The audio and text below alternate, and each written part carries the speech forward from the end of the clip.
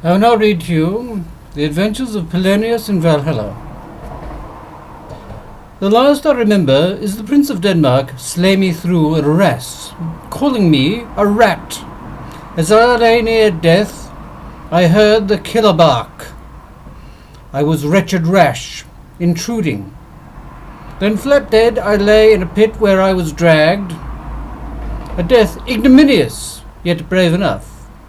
For in time a Valkyrie, with sword jagged, prode me in a manner unexpectedly rough. She rode upon a winged, big-fanged wolf, peering down into my dead soul to gauge if heroic death had my life manly cleft. By some berserker in a foolish, bloody rage, she proffered me a horn filled with mead, bidding me tell her of the savage deed.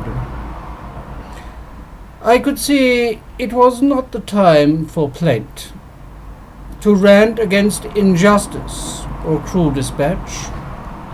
So I said to the blue-eyed warrior saint, her blonde hair plaited in a gargoyle catch, Sigrun, fair judge of the slain, for my queen I died full well, dying in her place, aware of the danger presented by that filial fiend.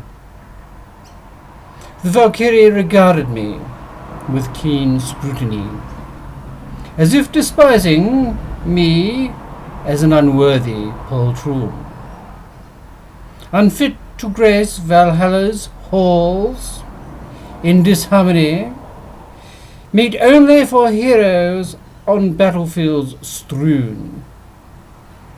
Daunted was I to hear her shriek a paean, drafting me skyward to the berserkers slain. I was not prepared for such doughty ceremony, but she assured me you died for your queen, Polonius, and now you will die daily in eternity.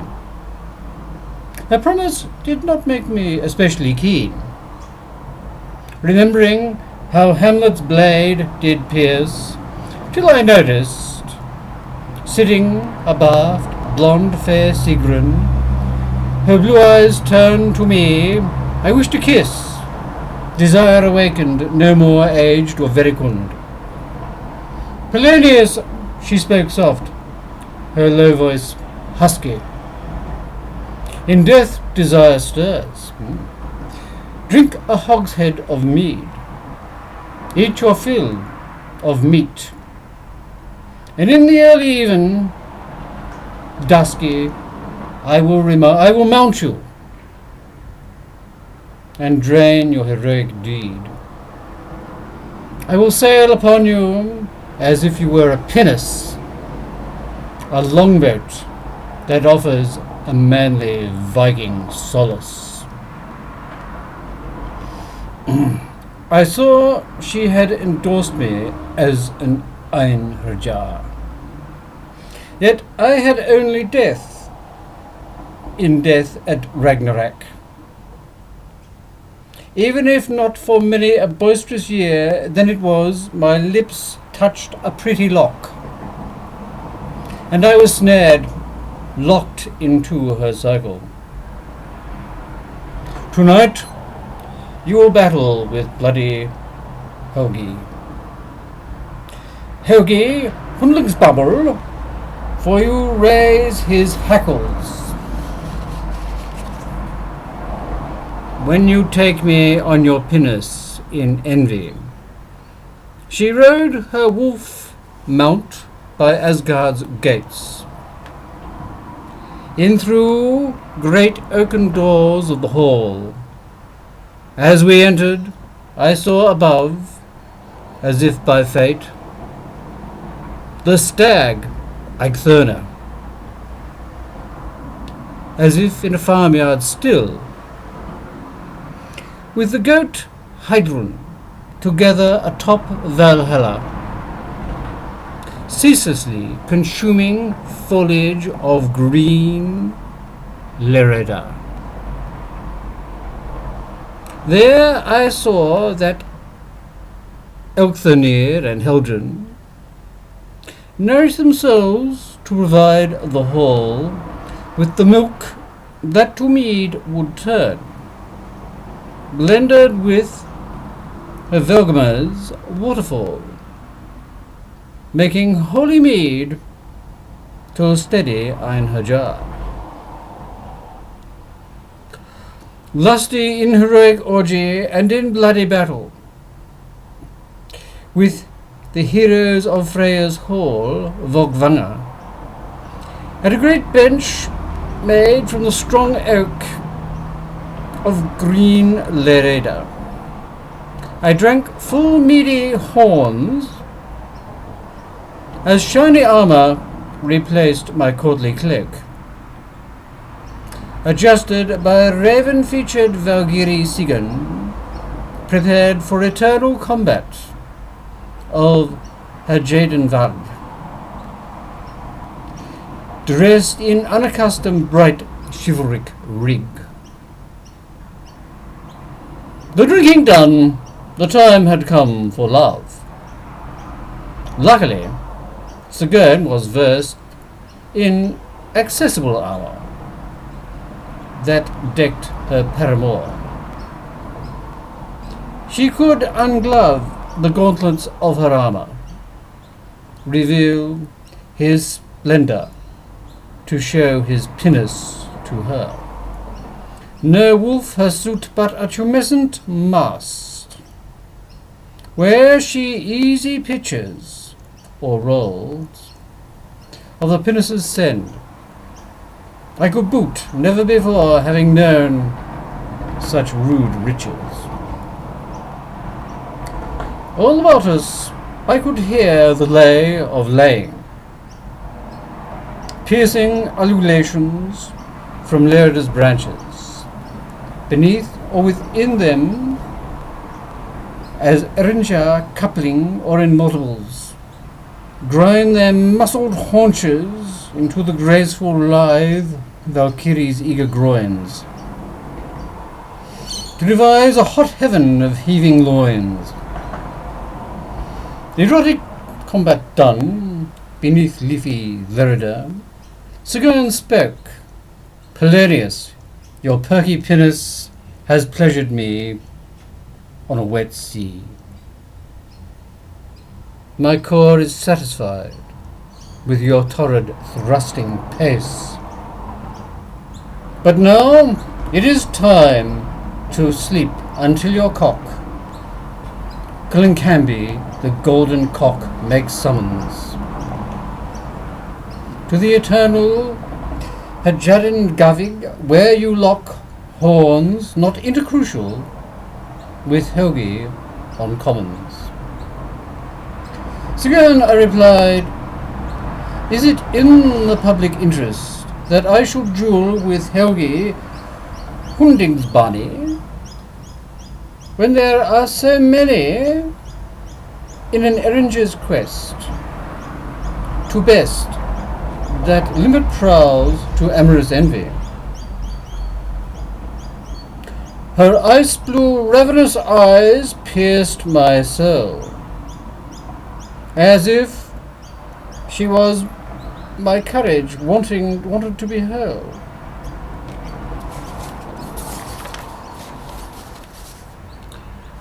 To fence with one who abhors your fortune, that is a task that readies you for Ragnarok. Just as each coupling Viking his valor tunes by antagonizing his foe to make him hack berserker furious. Would you rather celibate remain or celebrate your death in rough battle? Would you stay eunuch, slave to those who fornicate? In her full view, I studied my mailed gherkin, girded my broadsword stowed my pinnace, pleased to see her pretty coy, reluctant grin. Her tongue came into mine, my heart raced. It sped towards her Jadenvagig and Helgi, where I would renew my right to an orgy. In company with Odin's Erringers I strode, the Valkyries on Vulpine mounts on high, forever there to assess, condemn, applaud, as if they thought we would live, give the lie, to lie with them unblooded, without wound. I smiled rather cheerfully. I didn't sigh. In my library I expected a different doom. Sure, it was all gloom, but no books, no pens, no wise counsel or deep chatter troubled those who despised low sooks. Forever in the tumultuous, noisy clatter of boozy mead, lewd Valkyries and blood, bled in battles without victoria's bud. I had grown pensive, striding too close to a huge warrior, Helgi a Jadenvagid. He was taken aback. My own hackles froze by my seeming defiant effrontery. A fig for valour against his oath, whose image yet adorns a necklace on Sigon's breast. This Helgi laughed in a patronizing rage, an irritant guffaw that caused me distress. Then I saw he was similar to Hamlet, that Hamlet who despised me and slyly slew as I stood behind the arras in fatal secret. How like Hamlet was this Helgi, his rage wet with vindictive ire, but I was now on fire. I seized my sword and wielded strokes dire. Together we stood, affronting each other. He enraged for Sigurd, I enraged for me. Exchanging blow for blow proved no bother, as in our muck and mire we grew so gory. Above us, not too far, Sigurd was in hover, egging Helgi with love denied and promise of a merrily sailing pinnace under cover of her quaint secrecy to me upon my demise. Sigurd was no doubt a cruel, prurient trollop, a bawd whose pleasures were narrow, intense, consuming, a most contagious, boiling sop, enough for eternal mortal combat to incense, a trigger empowered by words heard in death, that drew me to this strange heavenly death. In time, our arms and legs and ears and fingers, in puddles of our mingled blood, it was dusk. As if by magic we reformed. We left the dangers, Helgi and I bidding adieu. He to some hot task, with one of Freya's Norns, my pinnace and I to Sigurd. The camaraderie of battle unmasked the man, she told me. Annoying and rather right. Each day grew hotter, bloodier, more butcherous, each night grew lustier. My pinnace storm-tossed. My nature grew more lecherous and murderous. With valour my soul was prettily embossed. Passion grew with the men, with the mead of the green oak tree, compared to Valhalla, where there was no other place to be. Thank you very much. I'm stopping it now.